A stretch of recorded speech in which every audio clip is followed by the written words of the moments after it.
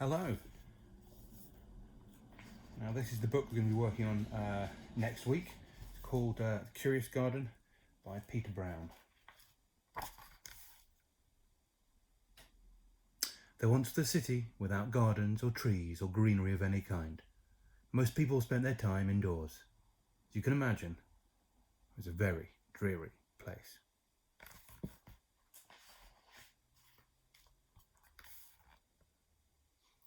However, there was one boy who loved being outside. Even on drizzly days, while everyone else stayed inside, you could always find Liam happily splashing through his neighbourhood. It was on one such morning that Liam made several surprising discoveries. He was wandering around the old railway, as he did from time to time, when he stumbled upon a dark stairwell leading up to the tracks. The railway had stopped working ages ago, and since Liam had always wanted to explore the tracks, there was only one thing for the curious boy to do.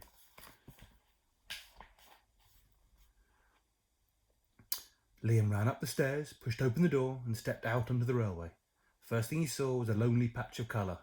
Wildflowers and plants were the last things he had expected to find up there. When he took a closer look, it became clear the plants were dying. They needed a gardener.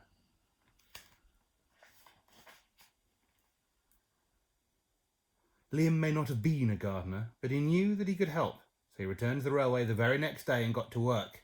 The flowers nearly drowned and he had a few pruning problems, but the plants patiently waited while Liam found better ways of gardening. As the weeks rolled by, Liam began to feel like a real gardener. The plants began to feel like a real garden.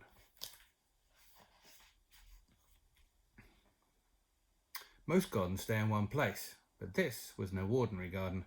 With miles of open railway to explore ahead of it, the garden was growing restless. It wanted to explore. The tough little weeds and mosses were the first to move. They popped up farther and farther down the tracks and were closely followed by the more delicate plants. Over the next few months, Liam and the curious garden explored every corner of the railway.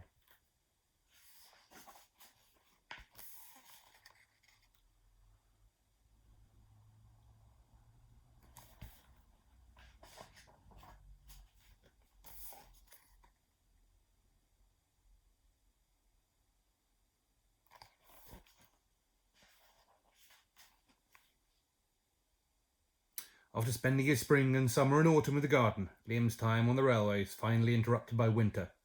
Heavy blankets of snow fell on the city that season. For the first time since he'd become a gardener, Liam could not visit his plants. Rather than waste his winter worrying about the garden, Liam spent it preparing for spring. After 3 cold months, the snow finally began to melt. Liam rolled his new gardening gear over to the railway. Winter had taken a toll on the garden, but thanks to Liam's planning, his handy new tools and a little help from the sun, the plants soon awoke from their winter sleep.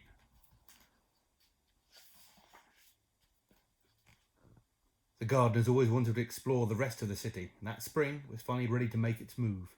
Once again, the tough little weeds and mosses set out first. They popped up farther and farther from the railway and closely followed by the more delicate plants. The garden was especially curious about old, forgotten things.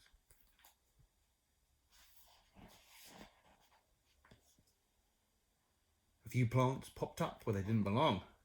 Others mysteriously popped up all at once.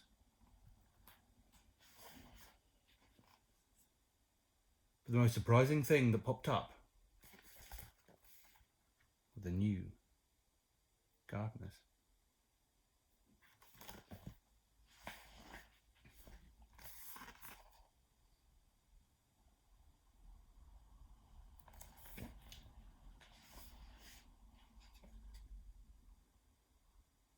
Many years later, the entire city had blossomed, but all of the new gardens, Liam's favourite, was where it all began.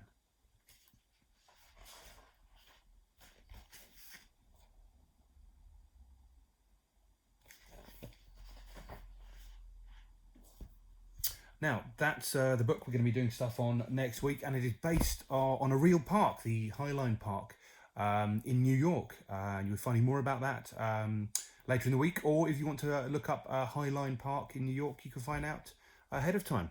So I hope everybody has a great weekend and you're keeping well, and we shall see you when we see you.